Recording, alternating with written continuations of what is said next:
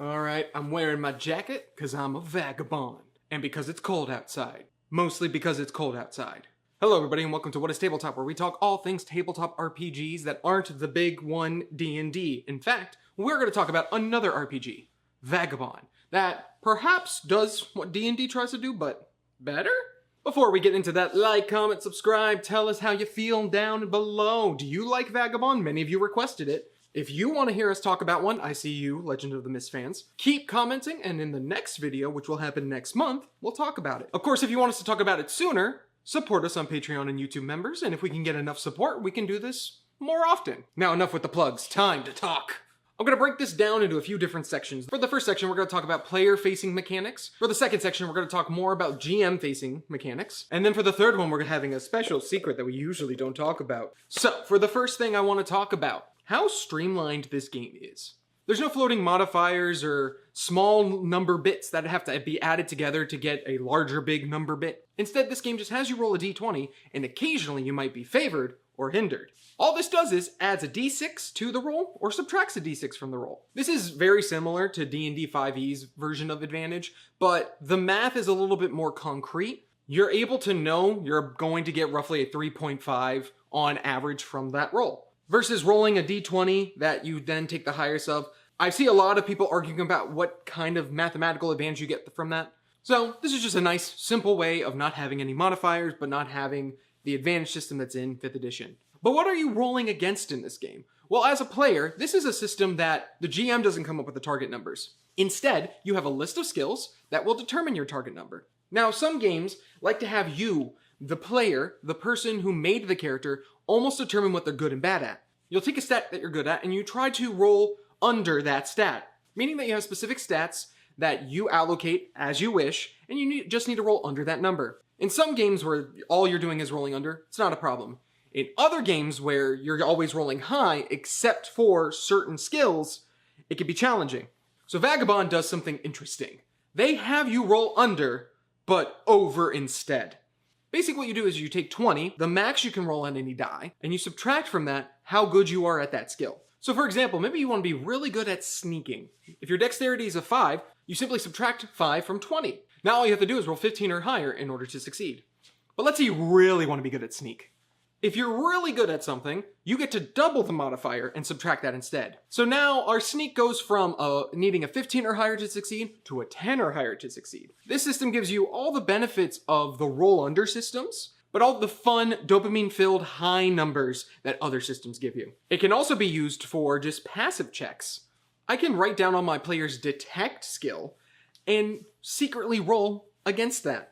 It does streamline the sames and the passives a lot better than other systems do. We're not going to talk about combat too much because it's very similar to any D20 based combat system. But one thing I really like, luck is involved. One of your main 6 stats is indeed luck, and yes, you can use that for anything you wish. Oh, I want to have this specific item in the next room. Let's roll for luck. Oh, I want to make sure that they slip on a banana peel. Spend a luck point. But one thing you can spend luck points on is plot armor. Let's say you got hit really badly by an opponent. They one-shotted you. That sucks. I didn't even get a turn. This isn't fair. Aha! You have plot armor. In order to spend plot armor, you must use 1 point of luck when you've hit 0 HP. You then roll a d6 and regain that many hit points. Great use of the meta commentary of plot armor by having it also be based around luck, but it's still a player controlled ability. That's a seal of approval from me. Very quickly, we're going to talk about actions very quick. You only get 2 actions in Vagabond. And no, it's not action 1, action 2. It's a action and a move. That's right, you can just do the standard amount of actions that are provided for you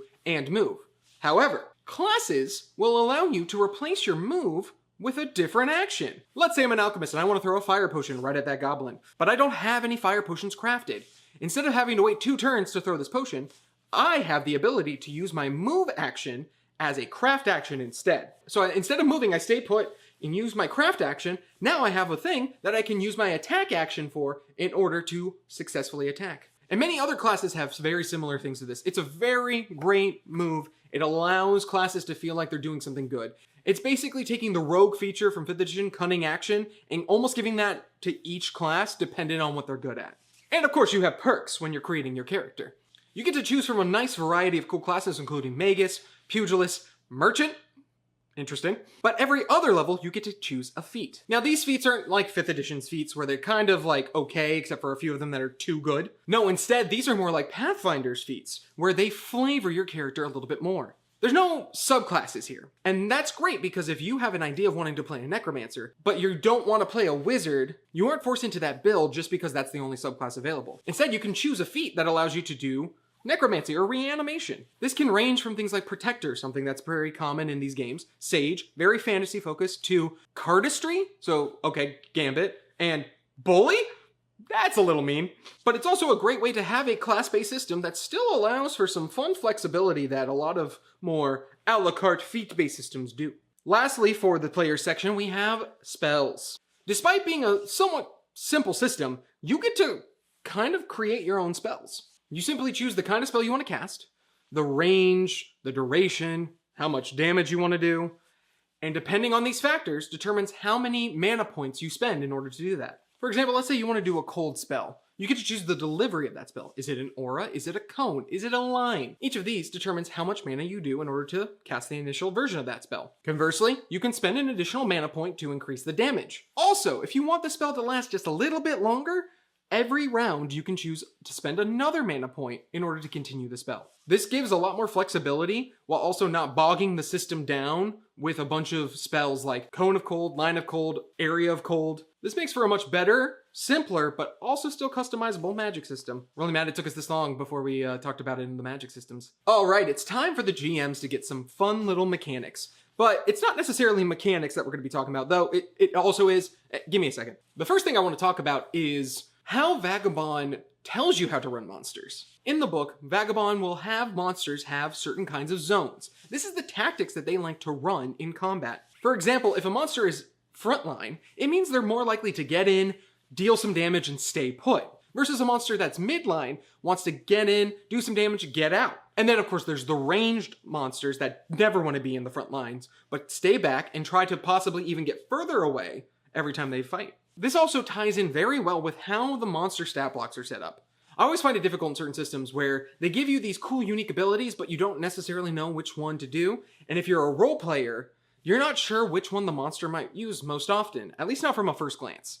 Vagabond does a very smart thing. The further to the top the action is, the more likely the monster will rely on that action. So for example, the unicorn, its top action is heal. I immediately now know unicorns don't like to fight. They like to defend, protect, heal. But then you also have things like dragon turtles that are more likely to use its multi-attack versus a froghemoth that's more likely to bite before it uses a multi-attack. Not to mention each monster comes with an ability section. Same thing applies. Whichever is the most likely the monster is to use will be at the top. It's a great way to just pick a stat block really quick and not have to think too hard about it. Just look and know, oh hey, this ability at the top is the one I should use first to signify how the monster works. But there's also one more thing I like, and it's something I've always implemented in my games. Morale checks. See, sometimes you're fighting a group of goblins and you destroy one, like before the first round even finishes. Those goblins should be scared. You just wiped one of them out without even having to think about it. Introducing morale checks. Whenever the first death happens on the monster side, they must make a morale check. And it's very simple. You roll 2d6. Is it higher than the morale score on the monster? Yes, they run away. Now you might be thinking, oh, that's it, Frank? That's the only time you make a morale check? No. If a monster is reduced to half their HP, or the group is reduced to half, then you roll morale once again. This allows for a good excuse for bosses to just suddenly want to flee. Maybe they underestimated the party, got hurt, and are like, nope, I'm out. Let me regroup and come back. This also allows, if you're fighting a group, to have more than one occurrence of a morale check needing to be made. And of course, you can also add in when you want to have a morale check, maybe a player does something really cool and really scary. But we aren't talking about homebrew, we're talking about how the game makes it work, and honestly, just having the ability of morale checks baked into the game, such a great idea. Also important to note, they don't just necessarily run away, they might choose to surrender. So, your choice there, GMs. Alright, and the last thing I want to talk about, and it's kind of like not necessarily mechanical, but it kind of is, layout. Look at this thing. Look at this layout. Look how nice it is. It looks beautiful and it has a specific image. Like its art style very much tells you that it's a very pulp, old school kind of fantasy genre. The classes have a complexity meter, which I think more and more, if you're doing a class-based system, you should be adding something like that. It does something I like where it has a little section that's color-coded and also vertically coded that tells you what section you're in, so you can just quickly flip through and be like, ah, here's the beast section, here's the classes section. So take a note for the layout. It's a shame we didn't talk about this before we talked about the layout, but hey, what can you do? Anyway, that's the review of Vagabond. Highly recommend it. There will be a link in the description if you're interested, so please check it out on Drive-Thru RPG.